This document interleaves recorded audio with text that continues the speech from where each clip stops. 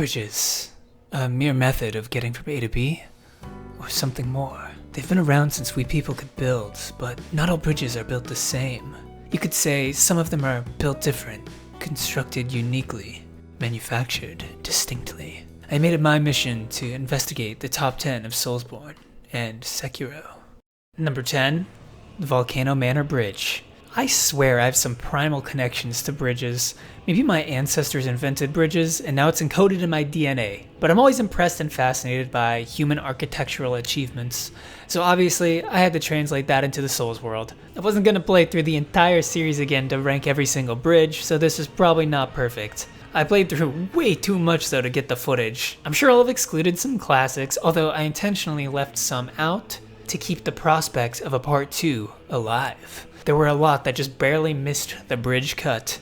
What are the criteria, you ask? Well, aesthetics are obviously the most important, of course, but there are other components.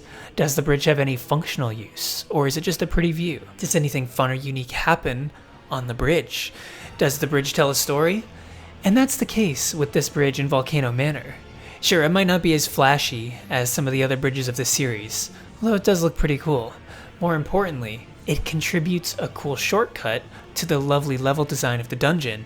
And even more importantly than that is the storytelling component. The first time I pulled up the bridge, I distinctly recall seeing the cages underneath and I was like, why the heck would they...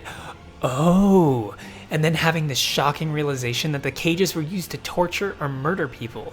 I imagine them leaving the bridge up, sitting above the lava, and the heat slowly torturing the victims, only to be eventually lowered into the magma. What a disturbing thought. It added so much to the level and the world, so I had to include it, even though it might not be as flashy. Number 9, Fountainhead Palace Bridge. There's another bridge in Fountainhead Palace that is pretty sick. The one where the carb takes a big bite out of it as soon as you're about to cross it, but that's kind of small. I have to go with the Corrupted Monks Bridge. Not only is it a fantastic boss arena, but it also sees vibrant colors flooding into a relatively regular world. My only complaint is that they spoiled this late game battle in a demo before the game was released. As a boss arena, it's wonderful. Colorful, unique, dynamic, it has trees to grapple to, which drop red leaves across the bridge, but it also sets a tonal shift in the game. Much of the game prior to this moment was grounded, but the journey to Fountainhead Palace brings the wonder and intrigue FromSoft is known for. Then right as you cross the bridge, you are welcomed with one of the best views and areas in FromSoft history. Check out my video on the top 15 areas of Soulsborne to see where it would place. Number 8, Irithyll Bridge. This bridge is sick, but it probably wouldn't have made the list if it weren't for the surprise encounter. My only complaint is that as you're walking across the bridge into this mystical land eyeing the view, Sullivan's Beast randomly appears out of thin air. It would have been more impressive if it jumped out of somewhere or crawled up behind you. However, you are likely not ready for this thing. I swear it's harder than most of the bosses up to this point. And if you're not paying attention, it could absolutely jump scare you. Terrified me in my first playthrough. That alone makes this a special bridge, but then we have the aesthetic, which is of course perfect, and then we have restricted access. I guess this could be a divisive decision by FromSoft, as it prevents exploration seemingly arbitrarily, but I love that it's kind of like a mystery on your first playthrough. What is this doll and why do I need it to enter? What's hiding behind the invisible wall? There's a lot here, and I like that. Oh, and if you ignore the beast and sprint past on the bridge, he'll jump you when you go under the bridge, which I find to be an awesome detail. Number 7, the Great Bridge. Okay, we gotta start with the build up to this bridge, as it's one of the first things you notice as you step into the classic world of Central Yharnam. You walk into a vibrant and destructive, overwhelming world of chaos. There are screams and howls echoing through the disgruntled streets of this questionable city. In the distance, contrasted by the colorful blood-tinged sky, you see a massive bridge. It screams importance without the game saying a single word. You know you're headed there. Then, as you tiptoe your way through the streets, fighting humans and beasts alike, you escape badly injured.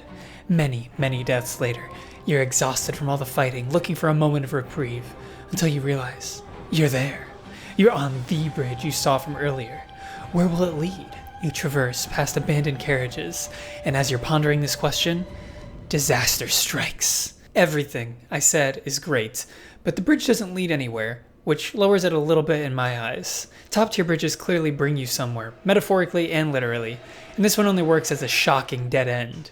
Fun fact, this door that you can't open has been explored by people better with cut content than I, and they've discovered that there's not much behind it, although it was originally supposed to connect with the closed door in Cathedral Ward. Number 6, Armored Warrior Bridge. Sekiro gave us two of the best voice lines in Soulsborne Kiro Ring history. First, we got, "My name is Kyobu Masataka!" And then,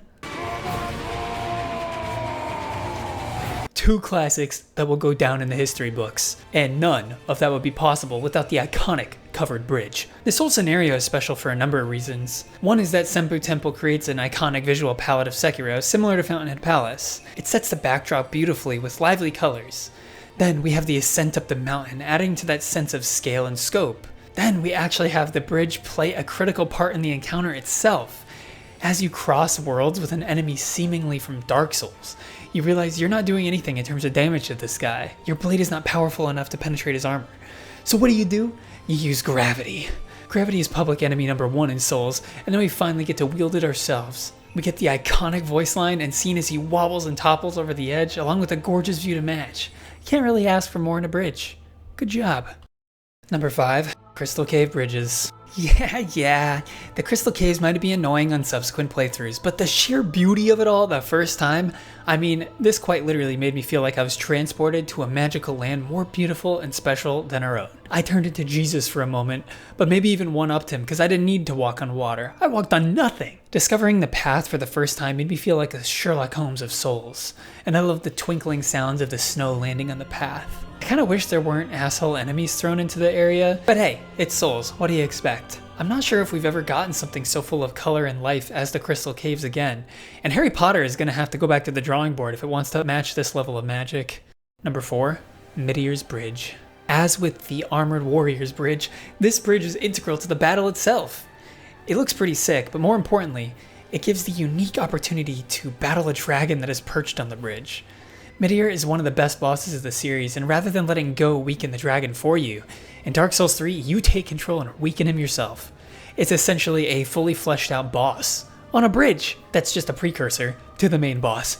What more could you ask for? This is a vast improvement on the experience of a Dark Souls 1 bridge that has a level hazard in the form of a dragon as well. Although I won't go too deep into the specifics because I'll save that one for a future ranking. I love how you get to do the dirty work here, and the mechanics work surprisingly well. It's grand and precarious, yet engaging and fair. Number 3, Mountaintops of the Giants Bridge. Okay, this one is all spectacle and not really much practicality. Elden Ring's open world and subsequent torrent usage allowed for the scale to be cranked up 100 times on some stuff, and bridges is one. If this was a bridge in Dark Souls 1, it would take like 10 minutes to walk from one side to the other. But with torrent, you get this vast, expansive, jaw-droppingly huge bridge and can cover the distance in moments. When I first saw the bridge, all I could think of is wow, followed by who the f made this? This bridge isn't a typically constructed bridge, as it seems like it's built of pieces of mountain. Then I remembered that it was Mountaintops of the Giants, and it all made sense. Giants made this. I suppose this is a culmination of the ambition of the Elden Ring project generally, and I do love how there's even a giant sniping you as you cross. Although it's not exactly difficult to dodge. These aren't Anor Londo archers by any means. Maybe this one didn't necessarily deserve a spot this high, but I'm making a tier list of bridges and souls, so I don't think anybody's gonna be butthurt. Except for Bob. All my homies hate Bob. You can make your own list of bridges, okay? If you're gonna be willing to make the time to make a list of bridges, I think you can put anything, anywhere you want. I said it. In terms of awe, the first time I saw this could be number 1. To paraphrase Donkey in his Elden Ring review, this game is filled with views that feel like paintings, impossibly curated to perfection. And that's how I felt about this bridge the first time I saw it. Number 2, Dragon Airy. Okay, so besides this being one of the coolest looking, this bridge has a cinematic view as you cross, and it makes you feel uneasy. Literally and figuratively. Your character wobbles as the Sky Castle's bridge sways in the wind, and you question if you're gonna make it. The towering civilization is framed perfectly as you cross. It's precarious and unsettling. As you progress through the area, you've been uneasy about the multitude of swirling dragons above you. If they wanted to, they could kill you at any time. And if you've destroyed too many of their eggs, you might be paid a visit and experience a completely unique death animation where a dragon destroys the bridge. How sick is that? Your previous choices determine your bridge experience. They should be charging a premium to use this bridge. You're like, sheesh, that's special. A huge improvement on the multiple times in Dark Souls 1 where a dragon lands on the bridge to threaten you and then flies away instantly. This bridge is truly integrated as part of the experience of the level. Number 1, Ariandel. This bridge has it all. It's got one of the most cinematic views. It's got a snow-covered bridge and castle. Like, oh, look at this view. It's too perfect, man. It's got functionality and the ability to access completely new areas by destroying it and using it as a ladder. If I think Souls bridges, I think this one, and for good reason. It's a snowy masterpiece, and there's nothing else needed to be said here. Quality bridge, would recommend it. But you know what's really important here?